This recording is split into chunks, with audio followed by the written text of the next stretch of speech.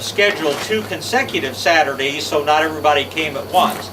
But I hope you'll come if you're interested in vegetable gardening. But since you're our regulars, come early and get a seat, because I'm afraid there are going to be people standing outside, because just everybody's interested in vegetable gardening this year. People are finally getting smart. Some of us learned that a long time ago, and probably you. Anyway, hope you come. Look at the list as you go out of what the seminars are for the next month or two. If you want to be on our mailing list, we'll happily put you there. The post office has gotten so expensive and so unreliable that if you have email, we prefer to send you our newsletter email because we know you'll get it on time. But anyway, just ask, it's free of charge. Now, I'll start here and then here and then here. Yes, sir? Quick one on thatch. Is there any reason to get rid of that stuff? Or? Thatch is just where you have poisoned the ground enough that you no longer have the microbes that would decompose it and turn it into fertilizer. If you use an organic fertilizer, the thatch will take care of itself. Yes, ma'am. I have oak, laurel, and pecans. I've always put the wasp out with the pecan trees. And I thought late February, but what months should I be hanging the wasp? Well, right now, for the ones that get on the oaks and on the mountain laurels, the little wasp, if they're finding eggs to parasitize, their numbers will just keep getting more and more and more and more and more. If your concern is mainly the webworms that get out in late or in the summer, put them out in May or so. Okay, so now in May. Yeah. Where do we get them? Out of the refrigerator up the front of the nursery. They're inexpensive. It takes like 4 or 5 cards per acre or something. Doesn't take very many. Yes, ma'am. I have a question about cut ants. Okay. What do you do to see the evidence? Yeah, cut ants are a real problem, and cut ants are not actually eating the leaves that they cut. They're putting the leaves in an underground chamber, and then they're feeding on a fungus that grows on the leaves. If the cut ants, thanks for coming, youngest gardener we've ever had. Very good. On trees and things, it's pretty easy to control them. Wrap the trunk of the tree with either aluminum foil or plastic wrap. And there is a sticky material called tanglefoot. You spread a broad ring of this around and the ants simply can't go over it. Now, if they're getting after your rose bushes or your begonias or something like that, it gets a lot tougher. And you pretty much have to find the mound. Thanks for coming, guys. Appreciate it. You have to find the mound and eliminate the mound, which is difficult to do. The way that we find most effective is, I mean, the mound's easy to find. It'll be like a piece of bare ground, maybe as big as this little area in here, and you'll see numerous little entrances that go down into it. If you were to go out to the middle of it, you could stick a broomstick down in, you'd feel it break into this big chamber, down below. And I've had people, tried everything from putting a room fogger over the top of that piece of plastic and literally fumigating the chamber. That does a fairly effective job of killing them. The other thing that's a little bit more natural, you might say, is get a big bag of wettable sulfur. Now, we don't use a lot of sulfur because sulfur is damaging to beneficial fungi, just like it is to bad fungus. But you put maybe over the surface of that area, maybe put 10 or 15 pounds of wettable sulfur. It rains, haha, or you water it thoroughly. The sulfur is carried down into the ground as a natural fungicide. It kills the fungus that the ants are eating on, and the mound either dies out or moves. Let's see, I promised I'll go to this side next. Yes, ma'am. I just moved into Webster, and the trees, most of them are like Sinisa and hardwood are real gnarly. I don't think they're taking care of really the places there. My son lives there, and he has the same problem. Thank you. So, is there anything we can do? They're still alive, but I trimmed my Sinisa the last year, and it's done well, but they're still gnarly at the bottom. They look ugly, so just get rid of them or what? People have told me that I look kind of ugly and gnarly, and I don't want to get rid of me, but fertilize, water, and all you're going to do is get enough good growth that it covers up that gnarly look. I like to think it adds character. And some people will pay extra money for plants that look like that. Yeah.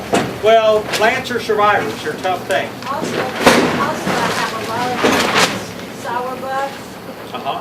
I back, trying to dig my gazebo I have, and I'm telling you, it's like when I was a child, it was like a clump of hard soil Yeah. with bugs on. I hope the log is full of them. Yeah. But the nematode seems to help a little. Well, the other thing that will be more effective against sow bugs or pill bugs, there's a product called Sluggo Plus. We don't use snail bait because it's very deadly to dogs. But Sluggo is a very effective natural snail and slug killer. Sluggo Plus has something added to it that will kill the pill bugs. It's like a bait. Get some of that and scatter around and you'll have a lot fewer. I hope the rock is just full. I know the feeling. They come under my doors and I get a house full of them. Yes, sir. Thank you. Talked about the skunk out of my building. Uh-huh. What do you recommend to deter these things? Peppermint. Go to Whole Foods or somewhere where you can buy concentrated peppermint oil, not extract, but peppermint oil. Skunks apparently hate the smell of it. And, put it on some cotton balls and stick it underneath. I had somebody call me the other day, said that they had a real problem with skunks, and the peppermint oil eliminated it completely. They went elsewhere. Blood meal is also repellent to them. If you had a place you were digging up in your yard, I'd tell you to get blood meal because it's a good fertilizer, but skunks don't like the smell of it, and they'll go somewhere else. But if they're getting in a building, other than trapping them, probably some strong peppermint oil on some little cotton balls or something would be the best thing to run them off. It also runs off fire ants. It's amazing how many things don't like peppermint. Go back and forth, so you're next. Okay, we got some plumbago and some hibiscus in the front of our house. How far back do we cut it? When do we cut it? Last week was a pruning seminar. Why weren't you here? We thought this was going to be. Oh, okay. Good excuse. Cut it back to about 6 inches if you want to. You don't have to cut it at all. But if, yeah. You don't have to cut it. It'll be much bigger if you don't cut it back. If you want to cut it back to about 6 inches and do it now. Here's my question, the About 3 feet plumbago. high now. The plumbago is pretty high, and I've got a real tropical, with the wax leaf hibiscus behind it. Yeah, Will they both grow Yeah. considerably bigger if I don't cut them? absolutely. We had plumbago up front for a while. It was 10 feet tall where it was growing up into Yopon holly. Okay, so I don't want to cut it. I was only. It's up to you. If you want it bigger, leave it alone. If you want it more compact, prune it. We want to see the hibiscus. Yes, sir. Two questions on the wasp. Uh-huh. Should those cards go up, say, on the south side of the tree for They some go reason? anywhere. And then Doesn't really matter. How long does it take to hatch once you? Usually 1 to 5 days, depending on temperature. The biggest enemy of the hatching wasp is fire ants because they will come and eat the moth eggs. So if you hang it on a little piece of fishing line, or if you're pinning it up, put a big blob of Vaseline or something on the pin between the card and the tree. But it doesn't matter, shade or sun this time of year. Over here, yes. I'd like to give a personal testimony on a trichogramma wasp. Uh-huh. 2 years ago, I've got about 8 or 10 concretes in my yard. 2 years ago, I had webworms all over. Last year, I got some trichogramma wasps, put them in the trees, and I had very little webworms. I don't know whether that's a coincidence or whether they work. It works. The other thing about webworms, though, is the natural enemy of those things that actually kills the worm, not the egg, but kills the worm, are these paper wasps. There's a thing that made that nest right up there. I keep them. And around my porch, I think when the guys are repainting it now, knocked down 300 wasp nests, inactive of course. And I've got, I don't know, maybe 100 pecan trees, and I don't ever see a webworm. And if you ever want to have some fun, if you've got a web up there, bust it open and watch for a few minutes. You'll see the wasps coming in and stealing the caterpillars. David that works with us was standing out working one day last summer, and one of these little worms starts coming down on its little silken thread, and soon grabs it and is gone with it. I love the story Malcolm Beck talks about breaking the webs. He said the first time he broke the web open, it took the wasp 10 minutes to find it. Said the second time he broke one open, it took the wasp 5 minutes to find it.